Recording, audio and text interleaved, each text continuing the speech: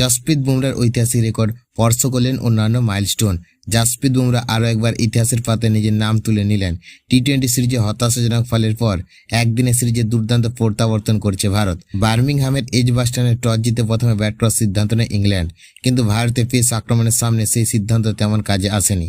শুরু থেকে আঁটো-সাঁটো বোলিং করে ম্যাচের নিয়ন্ত্রণ নিজের হাতে নেয় শুভমন গিলের দল। ইংল্যান্ড অধিনায়ক হ্যারি ব্রুকসকে আউট করার সঙ্গে সঙ্গে ওয়ানডে ক্রিকেটে 150 উইকেটের মাইলফলক স্পর্শ করেন জসপ্রীত বুমরা।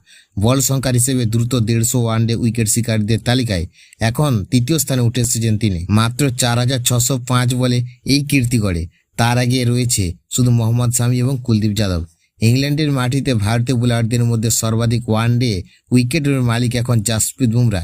এই ম্যাচে উইকেট তুলে তিনি পিছনে ফেলেন রবীন্দ্র জাদেজাকে। শুধু বুমরা নন, গোটা ভারতীয় বোলিং ইউনিটে এদিন দুর্দান্ত পারফরমেন্স করে। প্রসিদ্ধ কৃষ্ণা, গুরনুর বারার 2টি করে উইকেট নেন। এছাড়া শিবম দেবও 1টি উইকেট তুলে নেন।